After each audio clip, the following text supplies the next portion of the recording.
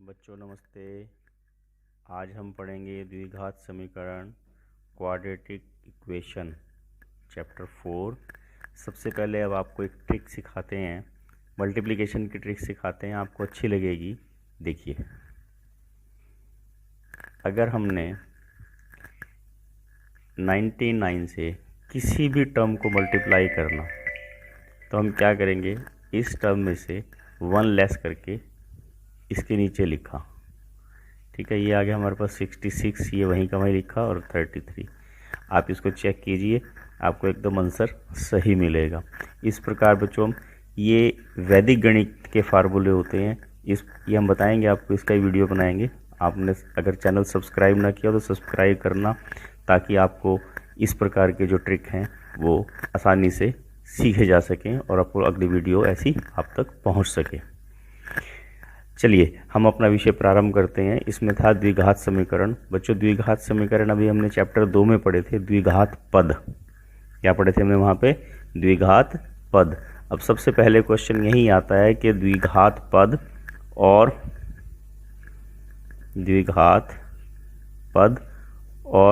द्विघात समीकरण में क्या अंतर होता है।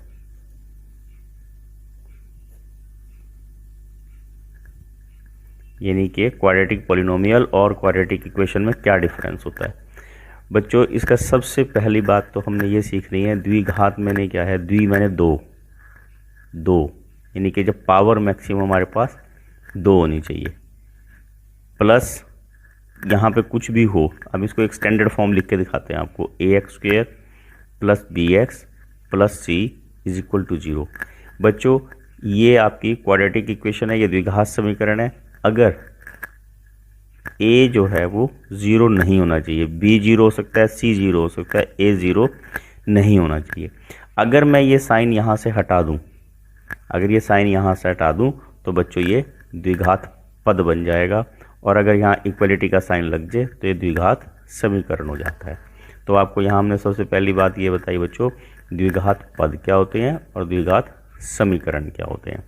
अब देखिए, इसके स्टैंडर्ड फॉर्म में हमने आपको एक तो ये बताया कि a जो है कभी भी 0 नहीं होना चाहिए। जो द्विघात पद होते हैं, अब यहाँ पे क्वेश्चन ये आता है, क्या इनके शून्यक होते हैं? बिल्कुल होते हैं। इनका सिस्टम क्या होता है बच्चों, जितनी पावर उतने शून्यक। आपसे एक नंबर का क्वेश्चन आपको यहीं से स्टार्ट करते हैं, क्वेश्चन नंबर 1। अब देखो वो कहता है कि ax⁻⁻10 plus bx plus c is equal to 0। उसने कहा आपको ax⁻10 plus bx plus c is equal to 0 है। इसके कितने शून्यक हैं, इसके कितने रूट्स हैं, इसको हमने ध्यान रखना। रूट्स या शून्यक, हिंदी में इसको मूल भी बोल देते हैं कई जगह, आप कुछ भी पूछ सकते हो। जितनी पावर उतने रूट्स। अगर यहाँ 10 है तो 10 रूट्स, 10 शून्यक, मतलब 10 रूट्स हो गए और 10 शून्यक हो गए। अगर a⁻n प्लस 1 दे देते खाली, चलो ये मान के चलो, तो अब वो पूछता है कि इस क्वाड्रेटिक इक्वेशन के कितने जो हैं शून्यक हैं, कितने रूट्स हैं। तो आपने क्या बोलना, n, यानी कि जितनी पावर उतने रूट्स। बस ये बात आपने यहाँ पे ध्यान रखनी है। अब क्वेश्चन ये आता है बच्चों कि अगर हमारे पास क्वाड्रेटिक इक्वेशन कोई दी हुई है, जैसे हम यहाँ स्टैंडर्ड फॉर्म हमने यहाँ पे ली थी एक इसकी, तो इसके सॉल्यूशंस कैसे निकालते हैं, इसके रूट्स कैसे फाइंड आउट करते हैं। हमारे पास प्रश्न ये है कि इसके रूट्स हमने कैसे फाइंड आउट करने, इसके शून्यक हमने कैसे निकालने हैं। बच्चों उसका प्रोसीजर हमारे पास तीन हमारे पास तरीके हैं। एक तो गुणनखंड फैक्टराइजेशन मेथड होता है ये, ठीक है, और दूसरा है बच्चों एक द्विघाती सूत्र क्वाड्रेटिक फॉर्मूले से जो करते हैं, और तीसरा होता है बेटे पूर्ण वर्ग विधि। कौन सी होती है ये? पूर्ण वर्ग विधि। ये 3 विधियां हमारे पास हैं, इससे हम इनके शून्यक निकाल सकते हैं।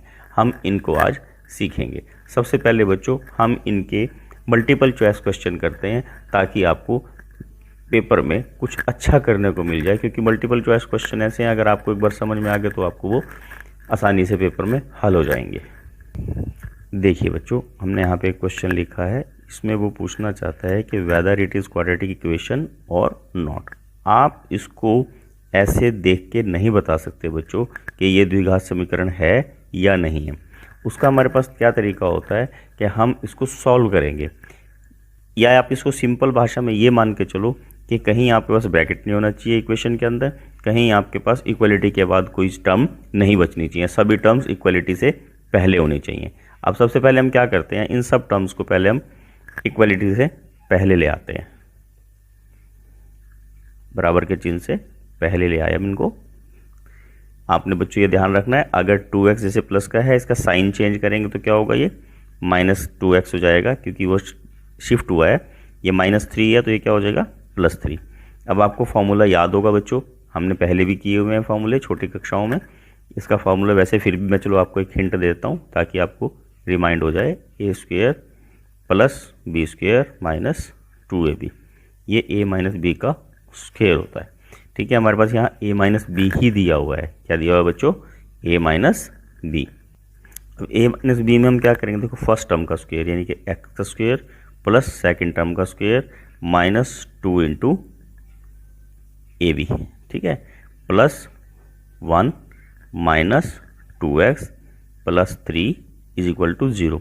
अब आप इस टर्म में देखोगे बच्चों कि यहाँ पर x² वाली टर्म हमारे पास सिंगल है, तो हम लिखेंगे x² माइनस, अब x वाली टर्म्स दो हैं, सेम साइन की हैं, तो क्या होगा 6x, और बिना x वाली कितनी होगी 4, 5 और ये 8। तो हमारे पास इक्वेशन आ गई x² - 6x + 8। तो ये क्या है, ये हमारे पास द्विघात समीकरण है। ठीक है, it is a quadratic equation. इस प्रकार के प्रश्न आपको पेपर में आसानी से करने को आ जाएंगे अगर आपने इसको ध्यान से पढ़ा होगा। बच्चों, इस प्रकार के प्रश्न पेपर में एक नंबर में आ सकते हैं। नेक्स्ट क्वेश्चन में देखो बच्चों, इनमें हमने बताना है इन 4 ऑप्शंस में से कौन सा जो है क्वाड्रेटिक इक्वेशन है, इनमें से कौन सा द्विघात समीकरण है। बच्चों, एक सिंपल सी भाषा में आपने याद रखना है कि x की पावर 2 से बड़ी नहीं होनी चाहिए, x की पावर 2 से बड़ी नहीं होनी चाहिए। इसमें x की पावर 2 से बड़ी है, ये भी नहीं है, इसमें x की पावर 2 से बड़ी है, ये भी नहीं है। सेकंड ऑप्शन क्या ध्यान रखना, x की पावर ऋणात्मक यानी कि नेगेटिव नहीं होनी चाहिए, इसमें नेगेटिव है। ठीक है, और अब यहाँ पे क्या है, जब कभी भी x जो है अपॉन में हो, सबसे पहले हमने उसको सॉल्व करना है, उसके बाद हम बता पाएंगे कि ये क्वाड्रेटिक इक्वेशन है या नहीं है। अदरवाइज़ अगर आप इसको सिंपल देख के बताने की कोशिश करोगे बच्चों तो आप नहीं बता पाओगे, देखने में तो लग नहीं रही है क्वाड्रेटिक इक्वेशन है, ये द्विघात समीकरण लग ही नहीं रहा, तो हम इसको सॉल्व करते हैं। इसको इधर मल्टीप्लाई करेंगे बच्चों, इसको इधर मल्टीप्लाई करेंगे, तो हमारे पास क्या बन जाएगा, x² + 1 = 2x। और हमने अभी आपको बताया है कि हमने उसको पहले स्टैंडर्ड फॉर्म में चेंज करना है। After that we can say whether it is quadratic equation और not. So in this it is a quadratic equation. So option A, x + 1/x = 2 is a quadratic equation। ये द्विघात समीकरण है, बाकी सब द्विघात समीकरण नहीं है। बच्चों, अगला प्रश्न देखो, यहाँ पे लिखा है x² - 5 = 0। वो कहता है find out the roots of this equation. तो रूट्स निकालने का क्या तरीका है, या ऐसी इसमें जिसमें हमारे पास b0 हो, ऐसी इक्वेशंस जिसमें हमने आपको दोबारा याद बता देते हैं, x² + bx + c = 0। If b = 0 तो हमारे पास इसका डायरेक्ट वे होता है, क्या करते हैं हम, x² = 5, इसको हमने शिफ्ट कर दिया उधर। ठीक है, x² = 5 और x ये क्या होगा, √5, क्या होगा, √5 प्लस का और माइनस का। रूट्स कितने हो गए, अब आपने देख के ये नहीं कहना कि इसका रूट तो एक ही आया, नहीं बेटा, एक रूट नहीं है, ये 2 रूट्स हैंगे, क्योंकि स्फीयर है का वो, और ये √5 माइनस √5, ये 2 रूट्स हो गए। इस प्रकार के प्रश्न भी आपको एग्जाम में करने को मिलेंगे। बच्चों, नेक्स्ट में आप देखेंगे कि इसी प्रकार अगर आपको मैं एक छोटा सा और बता देता हूँ एग्जाम्पल, x² - 9 = 0। ये भी बिल्कुल ईजी सम है बच्चों, x² = 9 और x = √9, और √9 मीन्स जैसे हमने यहाँ √5 किया था, तो हम यहाँ इसको क्या लिखेंगे, x = प्लस माइनस √3। ठीक है, सॉरी 3, अंडर रूट नहीं आएगा, अंडर रूट तो कट गया ना, क्योंकि ये होल स्क्वायर करा है इसका हमने। स्क्वायर रूट जो है इसका 3 का जो स्क्वायर होता है वो 9 होता है, और 9 का स्क्वायर रूट जो है वो 3 होता है। ठीक है, तो हमारे पास आंसर क्या आ गए 3 और माइनस। अगला क्वेश्चन देखते हैं, उसमें ये एग्जामिनर आपसे जानना चाह रहा है कि इनमें से कौन सी द्विघात समीकरण है, कौन से क्वाड्रेटिक इक्वेशंस हैं। अब बच्चों फर्स्ट ऑफ ऑल एक एक को चेक करते हैं। इसमें तो स्क्वायर वाली टर्म ही नहीं है, तो ये नहीं है। ठीक है, अब इसका नहीं पता लग रहा, इसका नहीं पता लग रहा, अब ये देखने में तो लग रही है, अब इसको चेक करना पड़ेगा। इसकी क्या करना पड़ेगा हमें कि यहाँ से इसको हमने इधर शिफ्ट करना है और इसके ब्रैकेट को खोलना है। ठीक, ये आपको देखने को स्टैंडर्ड फॉर्म लगी रही है। अब आपने क्या ध्यान रखना है, जब आपके पास एक आंसर मिल रहा हो तो आपने अपने मन में उसको यस मोल लेना है। ठीक, बाकी आंसर्स में या तो यहाँ आपके पास ऑप्शन में डी में होता all of the above, all of the above, फिर तो बच्चे हमने इसको चेक करना है बाकी को। अगर हमारे पास ऑल ऑफ द अबव का ऑप्शन ही नहीं है तो हमने कोई चेक नहीं करना, जो हमें आंसर सही दिख रहा है एक बार में उसको हम टिक कर देंगे। बात समझ में आई है ना।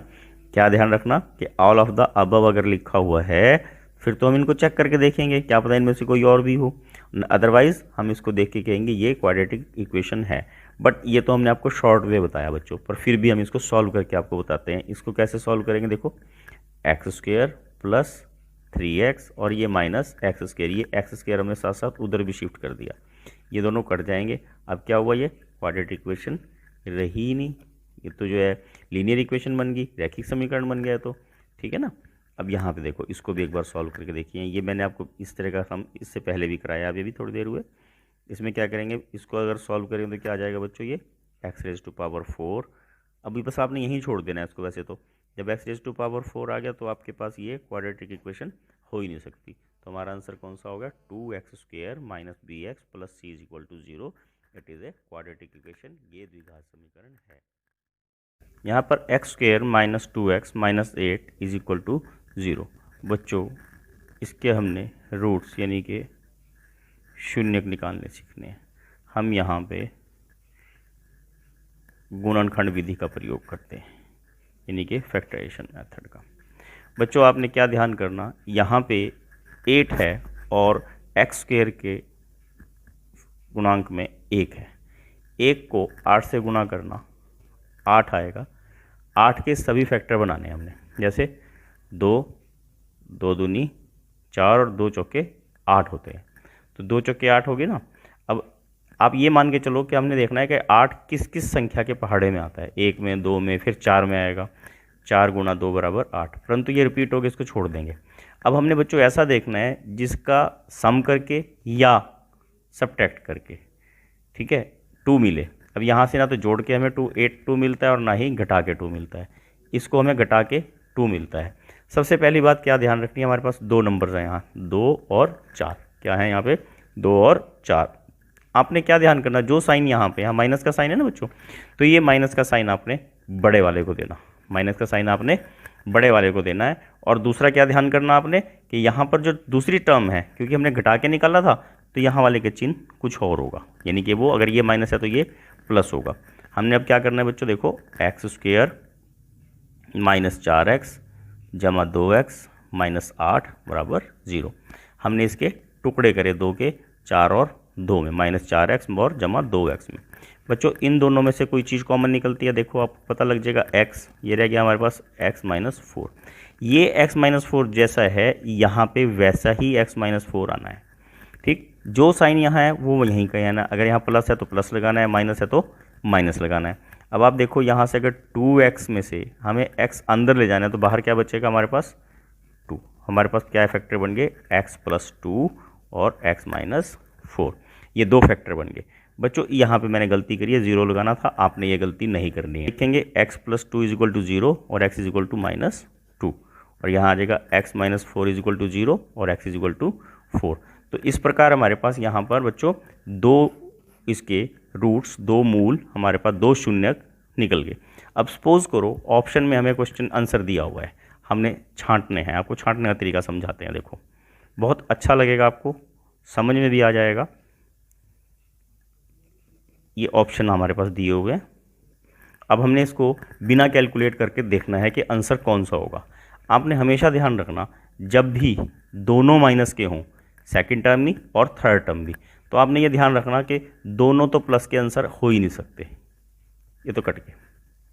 बोला कि अगर दोनों माइनस के हैं तो दोनों फैक्टर प्लस के तो हो ही नहीं सकते, कम से कम एक माइनस का होना चाहिए, ये दोनों ऑप्शन तो वैसे ही गलत हो गए। अब दूसरा क्वेश्चन क्या आता है, अगर बीच में माइनस है तो प्लस वाला फैक्टर बड़ा होना चाहिए, यहाँ माइनस वाला बड़ा है तो ये वैसे कट गया, हमारा आंसर हो गया 4 और -2। हमने कैलकुलेशन में भी 4 और -2 ही निकाले हैं। अब हम इसी सम को क्वाड्रेटिक फॉर्मूले से करते हैं, द्विघातीय सूत्र से। उसमें क्या होता है बच्चों, ये क्या माना जाएगा, a, ये क्या है b, और ये सॉरी हमने d निकालना है, b² - 4ac, b² - 4ac। अब हम क्या करेंगे बच्चों, देखो यहाँ b की वैल्यू क्या है हमारे पास, -2 का स्क्वायर -4 × 1 × -8। ये ध्यान रखना ये -8 है, ठीक है ना, या हमें यहाँ से जो माइनस है उसको साथ लेके चलना है, गलती नहीं करनी यहाँ पे। तो -2 का स्क्वायर 4, ये 2 साइन मल्टीप्लाई होंगे तो ये प्लस हो जाएगा 32, और d हमारे पास क्या आ गया 36। आपको क्वेश्चन कैसे पूछा जाएगा कि आप इसमें इस समीकरण का विविध कर ज्ञात करो, डिस्क्रिमिनेंट ज्ञात करो, तो आपने ये निकाल देना है। आपने दूसरी बात ये ध्यान कर रखनी बेटे, मल्टीप्लाई का साइन होता है ये डॉट जो है, अगर ये डॉट सेंटर में लग जाए तो दशमलव हो गया, ऊपर लग जाए तो ये बार हो गया, इसकी अलग अलग वैल्यू होती है। यहाँ पे इसका मतलब गुणा होता है, कभी आप सोचें सर ने दशमलव लगा दिया ये। अब हमने यहाँ की अगर इसकी नेचर ऑफ रूट्स बतानी हो बच्चों तो कैसे बताते हैं, देखिए नेचर ऑफ रूट्स यानी कि शून्यों की प्रकृति। अब शून्यों की प्रकृति के लिए हमें डी निकालते हैं। अगर डी की value is greater than 0, 2 different real roots, if D is equal to 0, 2 equal real roots, और if D is less than 0 there are no real root. ये आपने यहाँ पे एक नेचर ऑफ रूट्स आप यहाँ से इसको बता सकते हैं। अब इस प्रकार के हम आगे प्रश्न करेंगे। अब डी कैसे निकालेंगे, देखो यहाँ पे a कितना है, a हमारे पास 1 और b कितना है हमारे पास बच्चों -2। a कितना, ये हो गया a, ये है b, ये है c, और हमारा फॉर्मूला क्या है b² - 4ac, यानी कि -2 का स्क्वायर -4, इसको इंटू बोलते हैं जो नीचे लगता है, ये ध्यान रखना, सेंटर में लगेगा तो डेसिमल है, ऊपर लगेगा तो ये बार होती है, इसको इंटू बोलते हैं, ये ध्यान रखना आपने। -2 या प्लस की संख्या हो या माइनस की हो, उसका स्क्वायर हमेशा प्लस का आता है, तो ये आगे हमारे +4 और इन दोनों को मल्टीप्लाई करेंगे 32। एक स्टेप हमारे पास यहाँ तक, अगर आप उसको डिस्क्रिमिनेंट पूछता है आपको तो 36 आपने इसका आंसर बताना है। ठीक, अभी हम वही प्रश्न कर रहे हैं, आपको ध्यान होगा, भूलना नहीं है। अगर आपका ध्यान बिल्कुल हमारी तरफ है तो आपको याद रहेगा ये -b + √d/2, ये अल्फ़ा निकालने का फार्मूला है हमारे पास बच्चों। हमारे पास ये यानी कि फर्स्ट रूट आ जाएगा। अब b की वैल्यू हमें क्या पता है -2 है। अब देखो एक बच्चे यहीं पे गलती करते हैं, यहाँ पे -2 है, यहाँ भी माइनस है, तो 2 माइनस ही होगी ना, तो ये क्या हो जाएगा +2 प्लस d की वैल्यू कितनी निकली 36, ये आ गया 36 अपॉन 2 × 1। अब इसको सॉल्व करेंगे, 2 तो ऐसे ही आ जाएगा, और 36 का रूट क्या होता है 6/2, ये आ गया हमारे पास 8/2, that will be equal to 4। यही एक हमने रूट अभी निकाला था। और अगर जब इसको माइनस निकालना होगा बच्चों, चलो एक बार देखते हैं करके माइनस वाला भी, बीटा कैसे निकालते हैं, यानी कि -b, केवल यहाँ पे एक साइन का फ़र्क है, ये प्लस है, यहाँ पे माइनस है, √d/2 है, यानी कि माइनस का वही उसी तरह से +2, यही वाली टर्म आनी है यहाँ पे, केवल आपने ये साइन चेंज कर देना, ये आ जाएगा 2 - 6/2। बच्चों गलती नहीं करनी, जो बड़ी संख्या है उसका चिन्ह आएगा, 6 में से 2 गए 4, और हमारे पास जो हमने फैक्टराइजेशन से निकाले थे वही हमारे पास जो यहाँ पे क्वाड्रेटिक फार्मूले से आंसर आए हैं। तो यहाँ पे अगर आपसे डी निकालने को पूछते तो आपने ये बताना, रूट्स पूछ ले तो ये बताने हैं, फार्मूला भी पूछा जा सकता है, डी की वैल्यू से आपको नेचर भी पूछी जा सकती है रूट्स की, तो आपको ये सब एक एक नंबर के प्रश्नों में करने होंगे। अगले प्रश्न में देखें बच्चों, हम सबसे पहले क्या करेंगे, इसको 3 से मल्टीप्लाई कर देंगे, क्या आ जाएगा हमारे पास 9x² - 6x + 1 = 0। ये आपको 8th में भी इस तरह का सम हैगा, इसको जो हम अगर आइडेंटिटी से करें तो ऐसे भी कर सकते हैं। ये मैं आपको एक अलग सा तरीका बता रहा हूँ, आपको शायद ये तरीका आता हो बच्चों, और हमारे पास आ जाएगा 3x माइनस 1 का whole square is equal to 0, और ये आ जाएगा 3x माइनस 1, 2 बार लिख लेना, इज इक्वल टू 0, और यहाँ पे भी 3x minus 1 is equal to 0, और आ जाएगा 3x इज इक्वल टू 1, और आगे क्या आ जाएगा हमारे पास x इज इक्वल टू 1/3, यहाँ पे भी 3x इज इक्वल टू 1 और x इज इक्वल टू 1/3, ये दो रूट्स हमारे पास यहाँ पे ऐसे आंसर में आ जाएंगे। बच्चों ये 4 सम आपके लिए हैं, x² minus 5x plus 6 is equal to 0, x² plus 6x plus 5 is equal to 0, x² plus 7x plus 12 is equal to 0, x² plus 9x plus 18 is equal to 0। आपने इसमें क्या करना है, रूट्स निकालने हैं, शून्यक फाइंड आउट करने हैं। ये प्रश्न आपके लिए है, इसकी आप प्रैक्टिस कीजिए। देखो बच्चों 2 क्वेश्चन आपके लिए हैं, इसमें आपने विविध का डिस्क्रिमिनेंट निकालना है, x² plus x plus 1 is equal to 0, option दिए हुए हैं यहाँ पे, और 3x² माइनस 2x प्लस 1/3, यहाँ पे विविध कर निकालना है आपने, ऑप्शन दिए हुए हैं, x² minus 4x plus b is equal to 0, यहाँ भी ऑप्शन दिया है। ये 3 क्वेश्चन फिर आपके लिए हैं। अब बच्चों देखो ये अलग सा प्रश्न है, इसमें बोला अल्फा बीटा द्विघात समीकरण x² प्लस x माइनस 2 के मूल हैं, यानी कि रूट्स हैं ये, और हमने क्या निकालना 1/अल्फा प्लस 1/बीटा। इस तरह का प्रश्न भी आपसे पूछा जा सकता है। परेशानी किया इसमें एग्जामिनर ने और कुछ नहीं किया, आपने क्या करना है, इसको क्रॉस मल्टीप्लाई कर लेना, यहाँ बीटा आ जाएगा और इधर अल्फा आ जाएगा, नीचे वाले दोनों आपस में ये मल्टीप्लाई हो जाएंगे, आ जाएगा अल्फा बीटा। ये आपको सेकंड चैप्टर में आपने किए हुए थे इस तरह के, क्योंकि आपको रूट्स जो है वो उनका सम कैसे निकालते हैं आपको याद रखना, माइनस b/a, और मल्टीप्लिकेशन क्या होता है रूट्स का, c/a। अगर आप a से a वैसे ही काट दो तो माइनस b, माइनस 1 आ गया, और अपॉन में c, आंसर क्या आ जाएगा हमारे पास 1/2। इस तरह के प्रश्न अक्सर जो है वो एग्जामिनर आपको परेशान करने के लिए पूछ लेते हैं।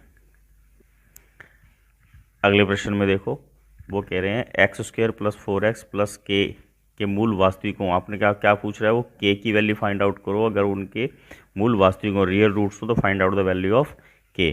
तो रियल रूट्स में क्या होना चाहिए बच्चों, d is greater than 0, d is greater than 0। अब d निकाल लेंगे, यहाँ d का फॉर्मूला आपको याद होगा, b² माइनस 4ac, अभी बताया हमने आपको, यहाँ लिखो b² minus 4ac greater than 0। b कितना है यहाँ पे देखो 4, कितना है b 4, यानी कि 4 का स्क्वायर माइनस 4 इंटू a कितना है 1, और बच्चों c कितना है हमारे पास k will be equal greater than 0। Greater than और इक्वल टू 0 दोनों हो सकते हैं ये, क्यों रियल तभी होंगे ना। अब यहाँ क्या है 16 minus 4k greater than equal to 0 minus 4k, ठीक है। और यहाँ पे हमने इसको एक फैक्टर भी बना सकते हैं, इसमें क्या करेंगे, जैसे इसमें भी 4 है इसमें भी 4 है, सबसे पहले हम इसमें से 4 को बाहर निकाल लेते हैं, और हमारे पास क्या बचेगा, यहाँ से देखो 16 माइनस 4k, इसमें से 4 हम बाहर निकाल लेते हैं, तो क्या बन जाएगा 4 minus k greater than equal to 0, ठीक है। अब आगे इसमें देखो क्या करेंगे, इज़ लेस देन और इक्वल टू 4, यानी कि k की वैल्यू या तो 4 के बराबर हो या 4 से छोटी हो। अब यहाँ पे आप देखेंगे आपको एग्जामिनर क्या परेशान करेंगे, k की वैल्यू को जो है आपको अलग अलग तरीके से दे देंगे, ठीक है। तो आपने इसी वैल्यू को टिक करना है, ये गलत है, क्योंकि यहाँ पे सॉल्यूशन जो है ये आपको अक्सर करने में यहीं पे गलती हो जाती है, तो इसलिए आपने यहाँ पे ध्यान रखना है, ये प्रश्न अक्सर पेपर में आते हैं। अब ये सब्जेक्टिव क्वेश्चन है बच्चों, देखो क्या कहते हैं, ऐसी 2 संख्याएं ज्ञात करो जिनका योग 27 और गुणनफल 182 हो। Find out the 2 numbers whose sum is 27 and product is 182। ऐसे सम में हम क्या करते हैं बेटो, एक फर्स्ट नंबर को x सपोज कर लेंगे, माना पहली संख्या x, let first number is x, और दूसरी संख्या कितनी होगी बच्चों यहाँ पे 27 माइनस एक्स, क्योंकि सम क्या है 27 है, तो क्या होगी 27 माइनस एक्स। अब क्या बोला इन्होंने, प्रोडक्ट कितना है, तो अकॉर्डिंग टू क्वेश्चन क्या लिखेंगे बच्चों हम यहाँ पे x into 27 minus x is equal to 182। अब हमने क्या करना है, इसको इससे मल्टीप्लाई किया, ये हो जाएगा 27x माइनस एक्स स्क्वायर, उसको हम इक्वलिटी से इधर ले आएंगे बच्चों, और स्टैंडर्ड फॉर्म में चेंज करने के लिए हम क्या करेंगे, इज इक्वल टू 0। यहाँ से माइनस एलिमिनेट करा, माइनस निकाल दिया, एक्स स्क्वायर, इनके सब के साइन चेंज हो जाएंगे और ये हमारे पास 27x प्लस 182 आ जाएगा। हमने इसके कुछ कई तरीके हैं, हमने आपको बताया था इसको हम फैक्टराइजेशन से भी कर सकते हैं। फैक्टराइजेशन से करके बता देते हैं, 1 इंटू 182 और 2 के टेबल में कहाँ जाएगा 91 पे, और अब देखो 3 के टेबल में ये नहीं जाएगा, 4 के टेबल में नहीं जाएगा, ठीक है ना, क्योंकि 4 के टेबल में यहाँ पे 2 से नहीं डिवाइड होता है, 4 के में नहीं जाएगा, 5 के में ये नहीं जाएगा, 6 के में नहीं जाएगा क्योंकि 3 से नहीं भाग होता है, 7 के में देख लेते हैं, 7 के में ये चला जाएगा, 7 इंटू कितना आ जाएगा 7 2 जा 14 और ये 6, ठीक। 7 के बाद 8 पे नहीं जाएगा, 9 10 11, ठीक है, 12 पे नहीं जाता, फिर ये 13 पे जाता है, 13 इंटू 14। तो हमारे पास बच्चों देखो हमें चाहिए 27, यहाँ से नहीं मिलेगा ना प्लस करके ना माइनस करके, इनको ना प्लस करके 27 मिलता ना माइनस करके, इनको ना प्लस करके 27 मिलता ना माइनस करके, इनको प्लस करके हमारे पास 27 आ जाता है। तो हमारे पास फैक्टर क्या मिलेंगे हम यहाँ पे, इसके क्या लिखने हैं हमने एक्स स्क्वायर। अब यहाँ पे ध्यान रखना माइनस है तो बड़े वाले का साइन माइनस होना चाहिए, और जब हमने इनको प्लस किया तो दोनों का साइन सेम रखना है, दोनों का साइन सेम रखना है, और ये हमारे पास आ जाएगा 182। ये माइनस यहाँ पे ऐसे कैसी कैरी करनी है, गलती नहीं करनी है आपने, बच्चे गलती कर जाते हैं ये, ठीक है। और यहाँ पे इन दोनों में से क्या कॉमन निकलता है x, तो आ जाएगा x माइनस 14, ये माइनस यहाँ निकाली, यहाँ हमारे पास बचा 13 और ये फिर x minus 14 is equal to 0 लिखना भूल गए थे, ये ध्यान रखना है आपने, x माइनस 14 और ये x minus 13 is equal to 0, x minus 14 is equal to 0 और x इज इक्वल टू 14 आ जाएगा, और x minus 13 is equal to 0, x is equal to 13 आ जाएगा। बच्चों अभी आंसर ना आपने कैसे निकालना है, यहाँ पे लिख के दिखाना है। पहली संख्या यानी कि first term is equal to suppose यहाँ पे आपने 14 मानी है, तो दूसरी संख्या कितनी हो जाएगी बेटे 27 माइनस 14 13। तो ये आंसर आया, आपने इसको नहीं बोलना ये 13, या तो ये रहेगा या ये है, इनमें से दोनों में से एक लिया फिर लेस करके बताना, वो आंसर आएगा। बच्चे यही गलती करते हैं और इसमें एग्जामिनर आपके मार्क्स काट लेते हैं। अब नेक्स्ट में देखो, दो क्रमागत धनात्मक पूर्णांक ज्ञात करो जिनके वर्गों का योग 365 हो, ठीक है। Find out the two conjugative integers, positive integers हैं whose sum of square is 365। तो हम यहाँ पे भी वही तरीका करेंगे। फर्स्ट ऑफ ऑल पहली संख्या सपोज कर लेंगे x और दूसरी क्या सपोज करेंगे हम x प्लस 1। कंडीशन क्या बोली उन्होंने, फर्स्ट का स्क्वायर प्लस सेकंड का स्क्वायर 365 के इक्वल है। तो ये कितना आ जाएगा x square plus 1 plus 2x is equal to 365। बच्चों जब इनको सम करेंगे कितना हो जाएगा, ये 2x स्क्वायर प्लस 2x, अब प्लस 1, ये आपने 365 इधर ले आना है, तो ये हो जाएगा 2x square plus 2x minus 364 is equal to 0। इसमें सब नया में से आपने 2 बाहर निकाल दिया, x square plus x minus 182 is equal to 0, ठीक है। अब यहाँ पे 182 पीछे फैक्टर बना के दिखाए थे हमने, क्या बने थे वहाँ पे 13 और 14 लास्ट सम में बनाए थे ना, अभी पिछले सम में। तो x के यहाँ बड़ा क्या है, ये साइन क्या है, प्लस का साइन है, तो यहाँ पे आपने जो बड़ी संख्या है 14 उसका साइन आपने प्लस का लगाना है, क्योंकि 1 हमने क्या इनको सब्ट्रैक्ट करके निकाला था, तो सेकंड को साइन चेंज कर देना है। तो हमारे पास क्या आ जाएगा x square plus 14x minus 13x minus 182 is equal to 0। बच्चों इसमें हमने अब क्या करना है नेक्स्ट में कि इसके फैक्टर बनाने हैं। पहले वाले में हम क्या करेंगे, इन दोनों को x कॉमन निकाला इनमें से, ये साइन ऐसे कैसा आएगा, ये टर्म हमारे पास x प्लस 14 ही बचनी चाहिए, तो यहाँ पे 13 हमारा कॉमन निकल जाएगा, ठीक है।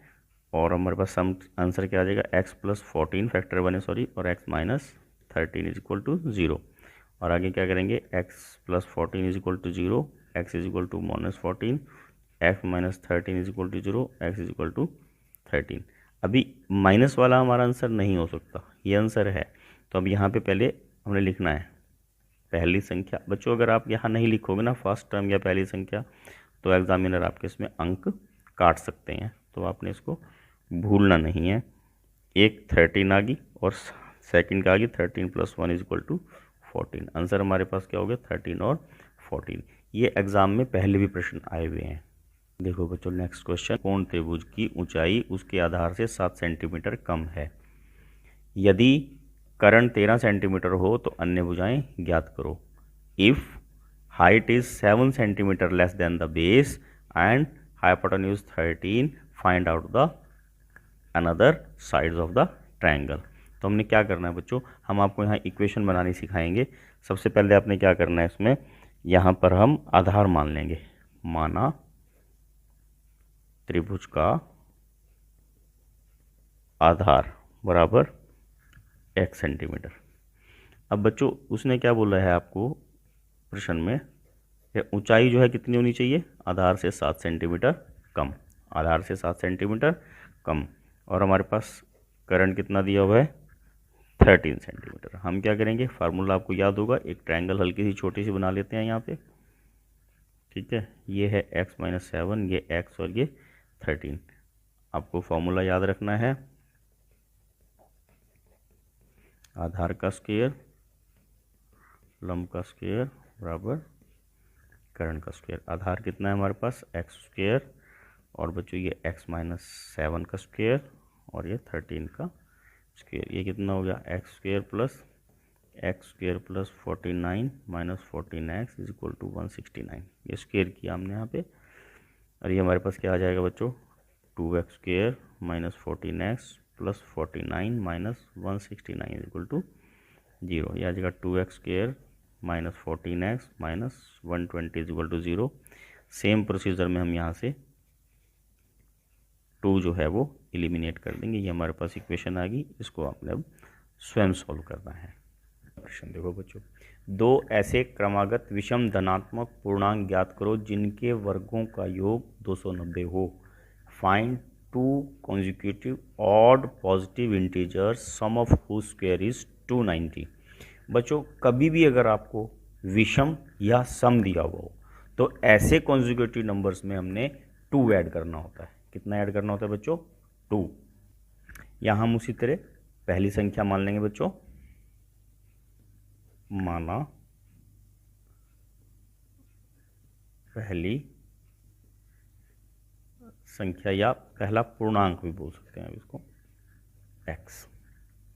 ठीक है, अब कभी भी यहाँ पे विषम या सम बोला हो तो हम क्या करते हैं इसमें 2 ऐड करते हैं। दूसरा क्या हो जाएगा हमारे पास, दूसरा पूर्णांक क्या हो जाएगा x + 2 क्या हो। और अगर विषम बोल लिया है तो आपको हमेशा 2 ऐड करना है, हमेशा सम या विषम हमेशा 2 ऐड करना है। अगर उसने सीधा बोला हो 2 ऐसे क्रमागत धनात्मक पूर्णांक ज्ञात करो तो आपने 1 ऐड करना।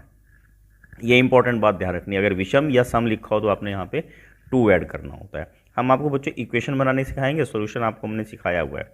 अब इसने क्या बोला है यहाँ पे क्वेश्चन में, वर्गों का योग, इसका वर्ग यानी कि x का स्क्वायर प्लस x + 2 का स्क्वायर इक्वल टू दोनों का सम कितना बताया उसने 290।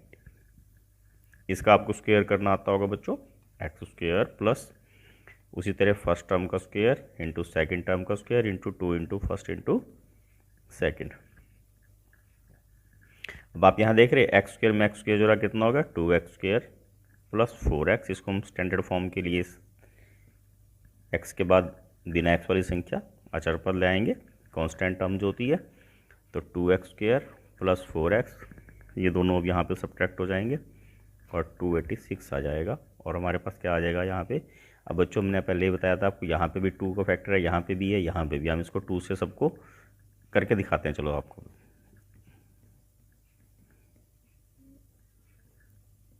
ठीक है, तो यहाँ क्या आ जाएगा बच्चों x² + 2x - 143 = 0।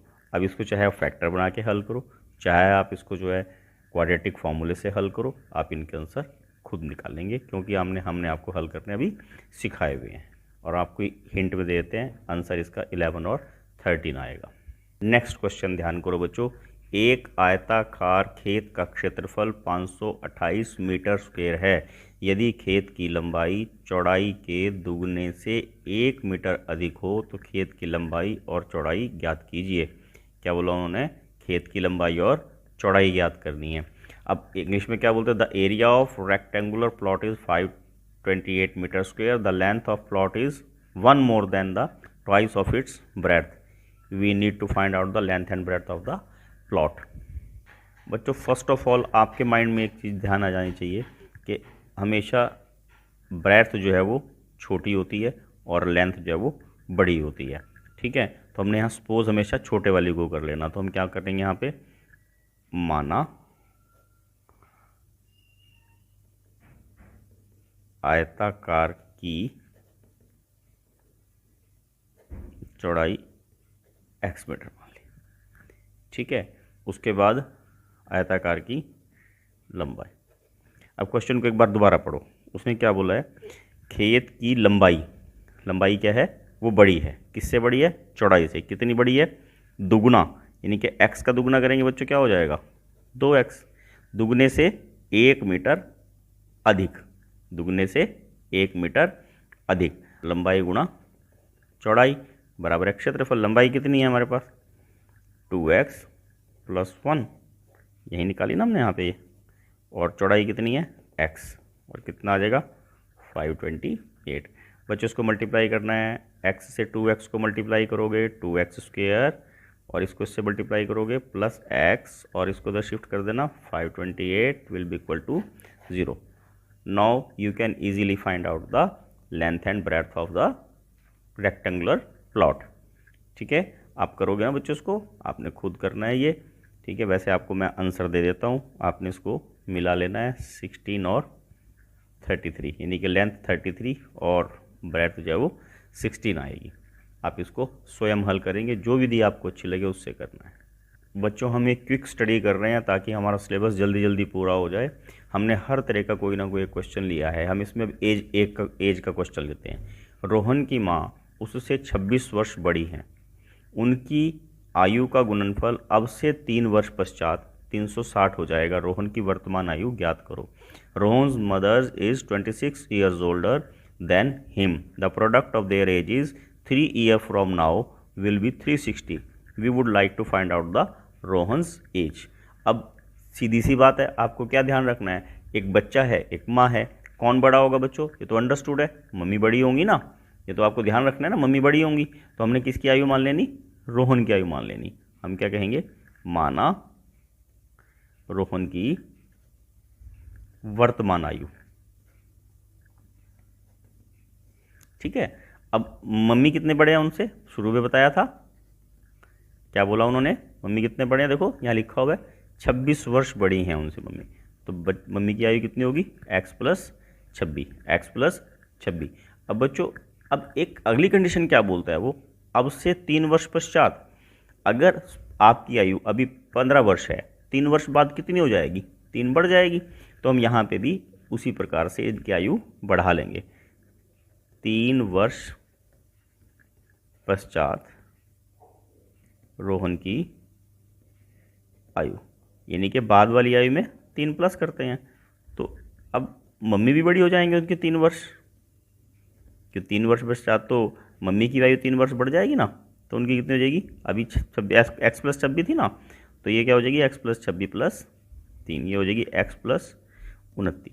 अब उन्होंने क्या बोला है? उन दोनों की आयु का गुणनफल। क्या बोला है उन्होंने? उन दोनों की आयु का गुणनफल। बच्चों आप गुणनफल कैसे निकाल लोगे? इन दोनों का आपने गुणनफल कर देना है। ठीक है, इन दोनों का आपने गुणनफल कर देना है, x + 3 और x + 29 का। वो कितना बताया इन्होंने हमारे स्टेटमेंट में? 360। कितना बताया बच्चों? 360। आपको देखो मल्टीप्लाई करना सिखाऊंगा, आपने मेरी तरफ ध्यान रखना है। इस x से इसको मल्टीप्लाई करा कितना होगा बच्चों? x²। अब इसी x से आपने 29 को मल्टीप्लाई करा बच्चों, क्या होगा? 29x। ठीक है, और अब इसी तरह से आपने इस 3 से इसको मल्टीप्लाई करा, क्या आएगा बच्चों? 3x। और इस 3 से इसको मल्टीप्लाई करेंगे तो क्या आएगा? 7, देखो 3 9 जा 27, 7 और 6 ये 87। इस 360 को मैं साथ ही इधर शिफ्ट कर लेता हूँ। तो हमारे पास क्या हो जाएगा statement, x square plus 32x minus, इसको लेस करेंगे एक्स स्क्वेयर, क्या आ गया हमारे पास, प्लस 32x माइनस 273। ठीक है, दोबारा चेक कर लो कहीं इसमें गलती ना हो। ठीक है ना, क्या हुआ हमारे पास, X square plus 32x minus 273 is equal to 0। इसको आप चाहे फैक्टराइज करके सम को हल करो, चाहे आप इसको क्वाड्रेटिक फॉर्मूले से हल करो, आपको इसका आंसर स्वयं निकालना है। और मैं आपको इसका आंसर बता देता हूँ, 7 आंसर आएगा, ये आपने स्वयं हल करने हैं। अगला प्रश्न लेते हैं हम रेलगाड़ी वाला। एक रेलगाड़ी अपनी सामान्य चाल से एक 480 किलोमीटर की दूरी तय करती है। यदि इसकी चाल में 8 किलोमीटर प्रति घंटा की कमी कर दी जाए तो यही रेलगाड़ी वही दूरी तय करने में 3 घंटे अधिक का समय लेगी। आपने द्विघात समीकरण बना के रेलगाड़ी की चाल निकालनी है। A train travels a distance of 480 km at a uniform speed. If the speed had been 8 km per hour less, then it will have taken 3 hours more to cover the same distance. Find the speed of the train. हम क्या करेंगे यहाँ पे, let the speed of train is x, यानी कि माना रेलगाड़ी की चाल x किलोमीटर प्रति घंटा, कितनी मान लिया मैं इसको, x किलोमीटर प्रति घंटा। अब आपने ध्यान रखना है दूरी कैसे समय कैसे निकालते हैं बच्चों, समय कैसे निकालते हैं, दूरी बटा चाल। अब एक चाल तो ये होगी, अब घटने पर चाल कितनी होगी, x माइनस 8। अब दूरी कितनी है हमारे पास यहाँ पे 480, तो यहाँ क्या आ जाएगा 480 बटा, यहाँ पे हमने चाल लिखनी है, बताते हैं कौन सी लिखेंगे, माइनस 480 बटे यहाँ पे चाल लिखनी है। समय कितना है 3 घंटे। बच्चों ये अब ध्यान रखना है, जब धीरे चलेगी तो समय ज़्यादा लगेगा, ये धीरे चाल है, ये ज़्यादा चाल है, धीरे चलेगी तो ज़्यादा समय लगेगा, तो धीरे वाली यहाँ पे आएगी और बड़े वाली यहाँ पे। हमेशा याद रखना, अगर आपने इसको यहाँ पर यहाँ पे x माइनस 8 है, माइनस वाली टर्म है, तो वो पहले वाले के नीचे लिखनी है, और अगर यहाँ प्लस है तो वो दूसरे वाले के नीचे आएगी। ठीक है, अगर यहाँ प्लस है तो ये दूसरे वाले के नीचे आएगी। अब इसको हम हल करना सीखते हैं। देखो आपने क्या करना बच्चों, इस x से इस तरफ मल्टीप्लाई कर देना, तो आपके पास क्या आ जाएगा 480x, माइनस इसको इधर मल्टीप्लाई कर देना। ये आपको ऐसे ही याद रखना है, आपका सम इजी हो जाएगा। अपॉन में इन दोनों को मल्टीप्लाई कर दिया इज इक्वल टू 3। अब हमने 2 काम करने हैं, ऊपर वाले को भी सॉल्व करना और इसको इधर शिफ्ट करना। हमारे पास क्या हो जाएगा 480x माइनस, और इन दोनों को मल्टीप्लाई करेंगे, अब दोनों सेम साइन है, ये प्लस का आ जाएगा 6 और 32 और 6 38 इज इक्वल टू, इनको इधर शिफ्ट कर देना 3x और x माइनस 8। अब बच्चों आप देख रहे होंगे ये दोनों यहाँ पे कैंसिल हो जाएंगे, और ये आ गया हमारे पास 3840 is equal to 3x square minus 24x। इसको इधर मल्टीप्लाई किया हमने, आपको समझ में आ गया होगा, इसको हमने इधर मल्टीप्लाई करा, इसको इससे मल्टीप्लाई किया, और ये हमारे पास इक्वेशन बन जाएगी 3x square minus 24x minus is equal to 0। आप ये मान के चलो आपने इसको उधर शिफ्ट किया है। ठीक है, इससे आपने परेशान नहीं होना, थोड़ा समझने की कोशिश करनी है, और इसमें से हम सब में से 3 जो है वो कॉमन निकाल देंगे। x square minus 24x minus 3840 multiply करके है इज इक्वल टू 0। इसको हमने 3 से डिवाइड किया, इसको भी 3 से डिवाइड किया, इसको भी 3 से डिवाइड किया, ये हमारे पास इक्वेशन बन गई। इसको हम किसी भी विधि से हल कर सकते हैं, चाहे तो फैक्टराइजेशन मेथड लो, चाहे आप इसका जो है वो द्विघातीय समीकरण जो सूत्र होते हैं, क्वाड्रेटिक फार्मूला है, उससे सॉल्व करें। फिर एक बार बच्चों फिर देखेंगे, अगर यहाँ पे 480 की जगह डिस्टेंस कुछ और दिया हुआ तो यहाँ डिस्टेंस लिखना आपने, यानी कि जो डिस्टेंस दिया हुआ है वो अपॉन स्पीड। माइनस जो डिस्टेंस दिया हुआ है upon speed is equal to जो टाइम हैगा। कोई भी सम आपने इस तरह कर लेना है। और अगर स्पीड जो है घटी है तो इधर लिखनी है, अगर बढ़ी हुई है तो वो इधर लिखनी है। जैसे मैंने बताया था, अगर x माइनस 8 है तो इस तरफ आना है, अगर x प्लस 8 है तो वो इधर लिखना है। इन चीज़ों का ध्यान करना है। इस प्रकार का प्रश्न भी अक्सर पेपर में पूछे जाता है। अगला प्रश्न देखो, एक कुटीर उद्योग एक दिन में कुछ बर्तनों का निर्माण करता है। एक विशेष दिन यह देखा गया है कि प्रत्येक नग की निर्माण लागत उस दिन के निर्माण किए बर्तनों की संख्या के दुगने से 3 अधिक है। यदि उस दिन की कुल निर्माण लागत 90 रुपये थी तो निर्माण बर्तनों की संख्या और प्रत्येक नग की लागत ज्ञात कीजिए। A cottage industry produces a certain number of pottery articles in a day. It was observed on a particular day that the cost of production of each article was 3 more than the twice the number of articles produced on that day. If the cost of production on that day was rupees 90, find the number of articles produced and cost of each article. देखो हम क्या करेंगे इसमें, सबसे पहले suppose क्या करेंगे, हमने इसमें बर्तनों की संख्या मान लेते हैं। माना बर्तनों की संख्या x, ठीक है। और टोटल उस दिन के उत्पादन है, टोटल जो उत्पादन करा, यानी कि प्रत्येक वस्तु के उत्पादन की लागत वो कितनी होगी उसने। अब यहाँ पे ध्यान से देखना उसने क्या बोला है। उत्पादन लागत के लिए क्या बोला बच्चों, ध्यान करो। उस दिन के बर्तनों की संख्या का दुगुना यानी कि 2x जमा से 3 अधिक। क्या बोला इन्होंने, 2x जमा 3 यानी कि दुगने से 3 अधिक, दुगने से 3 अधिक, ठीक है। तो देखो बर्तन बनाए कितने, इतने, एक की कॉस्ट कितनी है, इतनी। तो एक दिन में टोटल लागत कितनी हो जाएगी, 90 रुपीज़ दी हुई है, तो x into 2x plus 3 is equal to 19 और सम हो जाएगा 2x square plus 3x minus 90 is equal to 0। अब आपने बच्चों इसको फैक्टराइजेशन से हल करना तो उससे करो, जो भी विधि आपको आसान लगे, जो आपको आसानी से समझ में आ जाए उससे आपने इसको सॉल्व कर लेना है।